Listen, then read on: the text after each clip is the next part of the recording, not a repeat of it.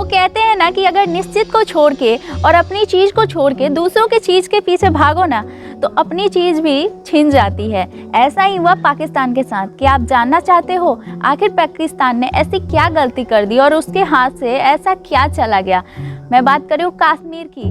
जी हाँ, कश्मीर पाकिस्तान से गलती से चला गया और इसी लालच से चला गया। और वो लालच क्या था? वो लालच था जूनागढ़।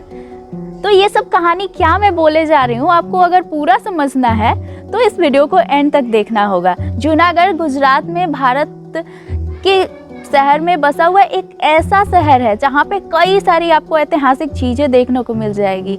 जैसा कि आप स्क्रीन पे देख सकते हो, कई सारे बौद्ध स्तूप, बौद्ध धर्म की चीज़ें, शिलालेख और प्राचीन काल से हमारा इतिहास जूनागढ़ से जुड़ा हुआ है। तो आपको जूनागढ़ में ये सारी चीज़ें देखने को मिल जाएगी। लेकिन क्या आपको पता है कि जूनागढ़ में 80% जनता हिंदू थी, लेकिन वहाँ का नवाब जो था वो मुसलमान था, इसलिए वो पाकिस्तान में मिलना चाहता था। और आखिर क्यों सरदार पटेल और भारत के लोग सीधे सीधे जूनागढ़ को नहीं मिला सकते थे? उनके पीछे क्या वजह थी? ये सारा सिचुएशन क्या है, इसको समझने के लिए आपको वीडियो एंड तक देखना होगा। तो चलो इस वीडियो को शुरू करते हैं। जूनागढ़ का भारत में विलय 15 अगस्त को नहीं बल्कि 9 नवंबर 1947 को हुआ था। किए गए पाकिस्तान के नए नक्शे में जूनागढ़ और माणावदर को पाकिस्तान का हिस्सा दिखाया गया है। जूनागढ़ में नवाब महाबत खान तीसरे का स्थान था। प्रजा असमंजस में थी क्योंकि उसी दिन जूनागढ़ को पाकिस्तान में मिलाने का निर्णय लिया गया था। जूनागढ़ 1948 तक एक रियासत था और उस पे बाबी राजवंश का शासन था। वहाँ पे नवाब जो थे वही शासन किया करते थे। लेकिन आज़ादी के समय जूनागढ़ में 80% जनता हिंदू थी। लेकिन इसके पीछे क्या वजह है? आखिर जूनागढ़ का क्या इतिहास है? चलो मैं शुरू से आपको ब्रीफ हिस्ट्री दिखाती हूँ जूनागढ़ का, जिससे कि आप समझ सकते हो कि आखिर वहाँ पे इतने सारे ऐतिहासिक चीज़ें क्यों हैं और आखिर वहाँ पे कौन कौन से धर्म के लोगों ने शासन किया। चलो जानते हैं। इस शहर का निर्माण 9वीं शताब्दी में हुआ और यहाँ पे एक ऐसा चट्टान पाया गया जिसपे 3 राजवंशों का एक साथ शिलालेख मिला है, जिसपे मौर्य वंश के अशोक का भी शिलालेख है। उसी के साथ साथ रुद्रदामन और स्कंदगुप्त का भी शिलालेख उसी पे मिला है। जूनागढ़ में मंदिर और मस्जिद दोनों ही मिले हैं, जिससे कि वहाँ के कॉम्प्लिकेटेड हिस्ट्री को समझना काफी कॉम्प्लिकेटेड है। यहाँ 100 से 700 ईस्वी तक बौद्ध धर्म के बहुत सारे स्तूप, कई सारे गुफा मिले हैं, जहाँ पे बौद्ध धर्म की बहुत सारी गुफाएं निर्माण की गई। जूनागढ़ में 15वीं शताब्दी तक हिंदुओं का राज था, लेकिन 15वीं शताब्दी के बाद वहाँ पे मुस्लिम धर्म आता है। 1472 में महमूद बेगड़ा नाम का एक मुसलमान शासक, जिसने जूनागढ़ पे कब्जा कर लिया और कई सारी मुस्लिम मस्जिदें बनवाई। उसके बाद 1654 ईस्वी में मोहम्मद शाह नामक एक संस्थापक ने बाबी राजवंश की जूनागढ़ में स्थापना करते हैं और वही राजवंश सालों तक वहाँ पे नवाब के रूप में शासन करता है। और 1948 में जब जूनागढ़ हमारे इंडिया में मिलता है, तब भी वहाँ पे बाबी राजवंश के नवाब ही शासन कर रहे होते हैं। लेकिन 1654 ईस्वी से 1948 ईस्वी तक क्या आपको लगता है सिर्फ नवाब का ही शासन था? नहीं, इस बीच बहुत सारी घटनाएं घटती है। सबसे पहले नवाब का शासन होता है, फिर वहाँ पे मुगल आते हैं, तब मुगल उस जूनागढ़ को अपने में मिला लेते हैं, लेकिन उस टाइम भी बाबी राजवंश का ही शासन रहता है। फिर वहाँ पे मराठा आते हैं और वो जूनागढ़ को अपने कब्जे में ले लेते हैं। फिर आंग्ल मराठा युद्ध होता है और अंग्रेज आते हैं और वो जूनागढ़ को अपने कब्जे में लेते हैं और एंड में जाके अंग्रेज से बाबी राजवंश फिर से आ जाता है जूनागढ़ में और अपना शासन स्थापित करता है। तो ये था लंबा चौड़ा इतिहास जूनागढ़ का।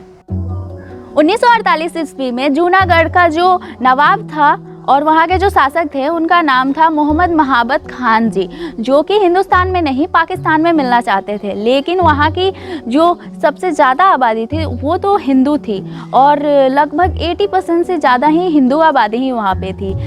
और पाकिस्तान किस शर्त पे बना था? क्योंकि पाकिस्तान धर्म के आधार पे बना था और पाकिस्तान मुसलमानों के लिए बना था, इसलिए जहाँ जहाँ भी मुस्लिम बहुल क्षेत्र थे वो पाकिस्तान में गया। जैसे कि पूर्वी पाकिस्तान बना, फिर पश्चिमी पाकिस्तान बना और इस तरीके से जूनागढ़ के जो नवाब थे वहाँ पे हिंदू आबादी होने के बावजूद, बहुल हिंदू आबादी होने के बावजूद वो पाकिस्तान में मिलना चाहते थे।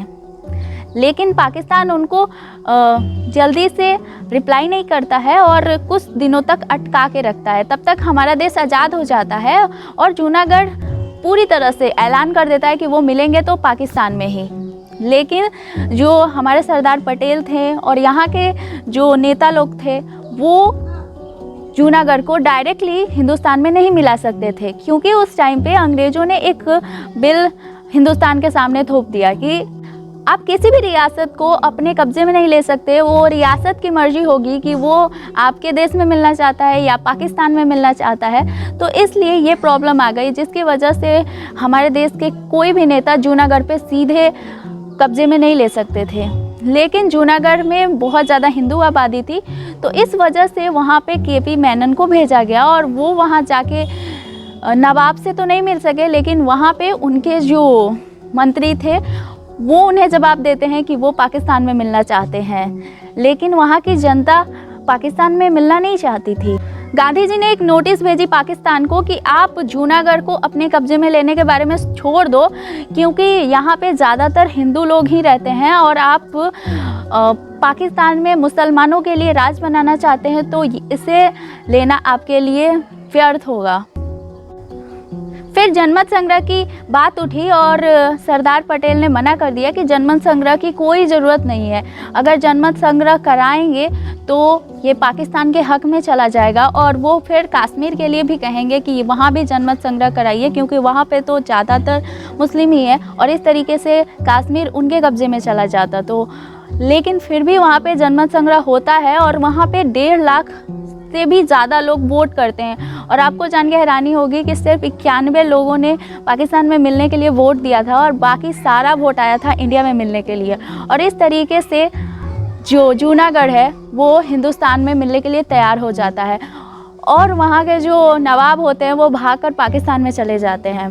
अब पाकिस्तान को सिर्फ इसी बात का इंतज़ार रहता है कि कब सरदार पटेल और यहाँ के नेता ये बोले कि आप जनमत संग्रह के पक्ष में है वो लोग, और जहाँ जहाँ भी जनमत संग्रह करा के हर रियासत में देख लिया जाए कि कौन सा रियासत पाकिस्तान में मिलना चाहता है या फिर हिंदुस्तान में।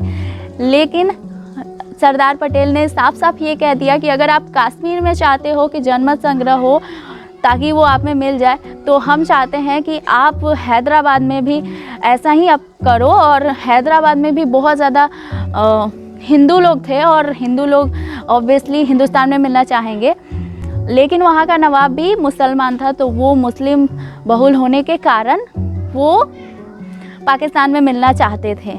लेकिन पाकिस्तान ने हैदराबाद को देखते हुए कि अगर हैदराबाद छोड़ देंगे, ये सब देखते हुए कि वो ये भूल जाते हैं कि जनमत संग्रह ज़रूरी है और वो कश्मीर में जनमत संग्रह करा के अपने देश में मिला सकते थे। तो इस तरीके से उनके हाथ से कश्मीर चला जाता है और हैदराबाद भी एंड में जाके हमारे देश में ही मिल जाता है। 1948 तक जूनागढ़ हमारे देश में मिलता है और सारे ऐतिहासिक चीज़ों के साथ जूनागढ़ आज हमारे देश का एक शहर है और यहाँ पे बहुत सारी ऐतिहासिक चीज़ें। अगर आपको भी ऐतिहासिक चीज़ों को देखने में अच्छा लगता है तो जूनागढ़ भी जा सकते हो।